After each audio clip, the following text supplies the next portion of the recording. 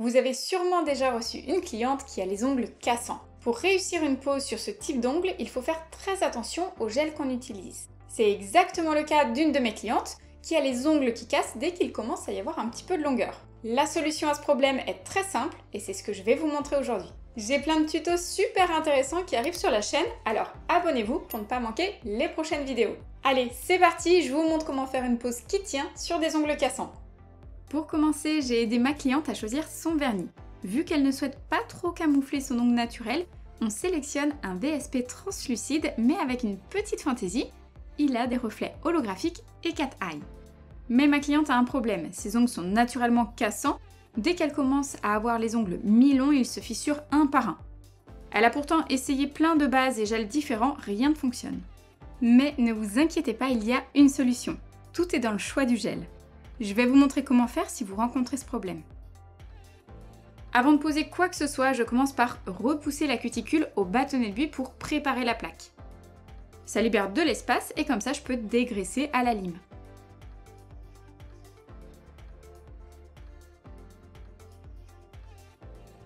J'ai l'habitude de toujours préparer les ongles manuellement avec un grain doux, en même temps que je remets en forme, mais vous pouvez aussi le faire avec un embout plat en diamant. C'est une étape très importante, car ça permet de matifier la surface avant la préparation chimique. Mais attention de ne pas appuyer, ça pourrait vraiment fragiliser la plaque. Pour la mise en forme, je passe un rapide coup de lime, car ces ongles sont légèrement tremplins, avec des parallèles déjà très effilés. Ils n'ont pas tous la même forme, donc je tente de les égaliser à la lime. Aujourd'hui, nous n'avons pas prévu de correction, nous allons uniquement nous concentrer sur le travail de la plaque et l'application du gel. Si vous voulez en apprendre plus sur les ongles, rejoignez le club privé. Comme ça, tous les dimanches, vous recevrez par mail mes conseils de PO. Je vous mets le lien en description. Pour appliquer un gel auto-égalisant comme celui qu'on va utiliser et poser un VSP, on peut réaliser une manucure russe ou combinée. Vous pouvez même ouvrir une poche sous-proximale dès lors que la matière peut se placer dessous. Et c'est possible vu que notre gel se pose sans limage. Et la règle d'or, pour avoir une jolie repousse sans dentelle, c'est de bien nettoyer les sillons pour éliminer toute la cuticule et les peaux mortes. Pour que le résultat soit propre, je gomme toujours les paronicums, donc les replis cutanés, tout autour. Pour ça, je garde le même embout flamme et j'utilise la partie la plus charnue de la fraise. Si vous tendez la peau avec votre pouce, ce sera plus efficace. Et petit à petit, je change de position pour relever le jupon, qui sera ensuite plus facile à couper. La manucure génère toujours un peu de poussière, donc pensez à vous protéger.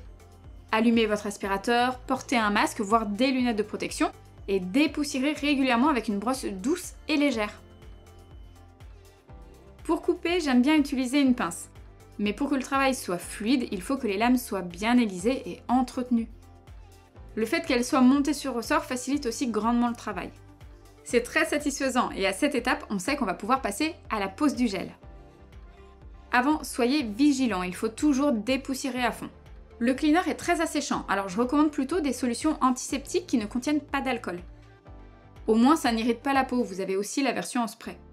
Donc j'en dépose une goutte sur chaque ongle et ensuite je passe le pinceau biseauté de partout.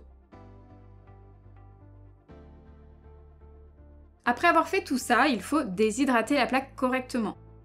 Le nail prep, c'est vraiment un indispensable. Ma cliente ne souffre pas de peau moite ou d'ongles gras, donc je procède normalement en l'appliquant sur tous les ongles. Et j'hésite pas à en mettre jusque dans les sillons.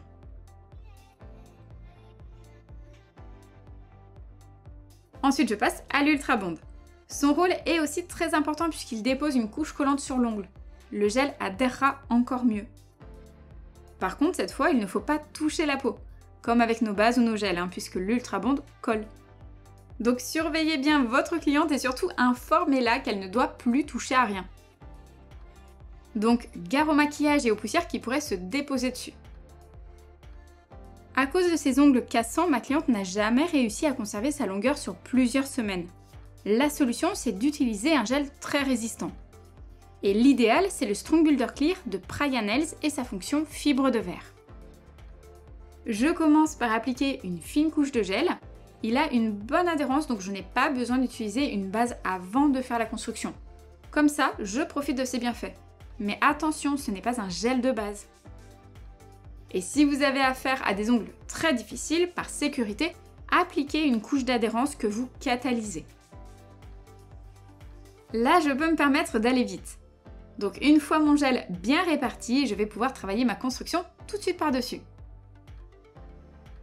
Mais avant, je retravaille le pourtour avec mon pinceau liner pour que ce soit encore plus précis.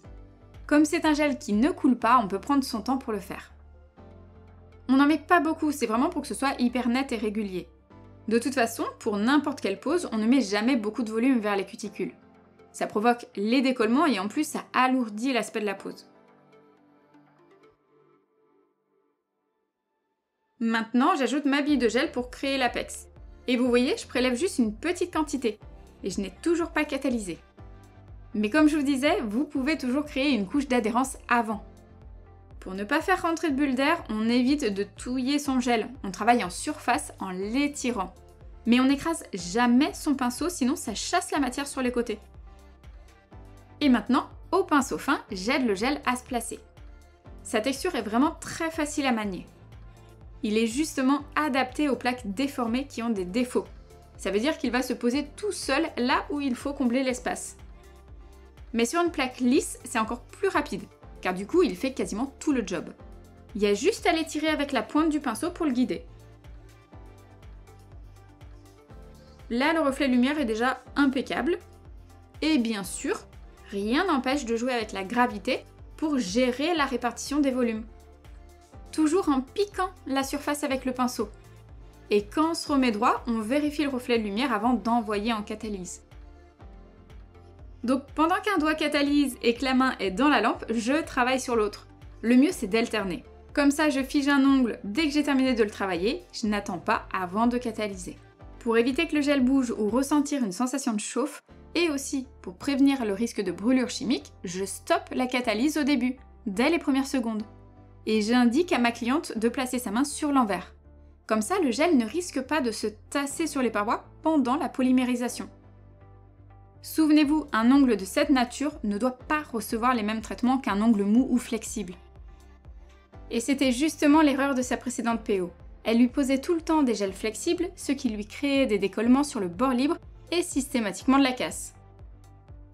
Et vous voyez, il suffit de poser une bille de gel directement sur la couche de lissage pour qu'il se place tranquillement dessus sans filer dans les cuticules. Et comme le gel est transparent, il catalyse très bien même s'il y a du volume. On s'assure que toute la zone de stress soit recouverte avec le gel. Maintenant, sa mission, c'est de consolider l'entièreté de la plaque, longueur incluse. Donc là, on vient de solidifier ses ongles pour plusieurs semaines. Et voilà, les ongles sont prêts. Comme prévu, je n'ai plus qu'à poser le VSP qu'on a choisi et le top coat. Directement par-dessus, c'est-à-dire que je conserve la couche collante. Il n'y a aucune raison de dégraisser. Par contre, si votre vernis est trop liquide par exemple et qu'il se rétracte, la seule solution, c'est de dégraisser la couche de sudation, voire dans certains cas d'asperger la surface de nail prep avant de renouveler l'application. Comme d'habitude, je m'aide de mon pinceau liner et je passe l'aimant une première fois avant de catalyser.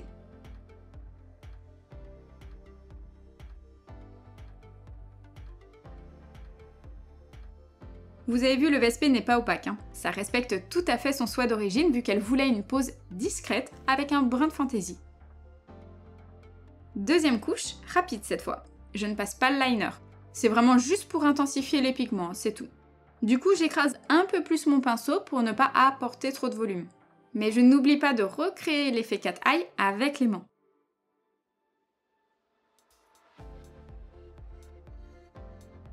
Sur le pouce, on voit bien que je le relève un peu.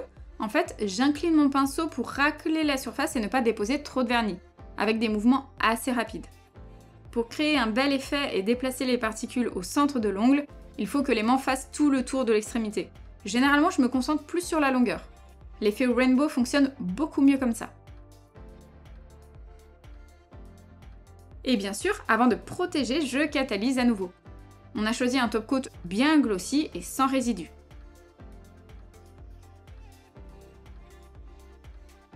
Petit rappel au moment de catalyser les pouces. Il faut les isoler à plat dans la lampe pour éviter tout problème et risque de coulure sur les côtés. Si vous prenez l'habitude, c'est quelque chose qui vous évitera bien des tracas. Et voilà, fini les ongles cassants grâce au Strong Builder Clear. Ma cliente est super contente de ces nouveaux ongles ultra résistants. C'est exactement pour ça que le Strong Builder Clear est un des produits phares de la gamme Praia Nails. Il est parfaitement adapté aux ongles cassants, mais aussi aux ongles qui sont abîmés, striés, etc. Personnellement, c'est un gel que j'utilise maintenant très régulièrement. J'espère que ce tuto vous a plu. Si vous avez des questions, posez-les moi en commentaire. Merci à tous et nous on se retrouve très vite pour une prochaine vidéo. Ciao!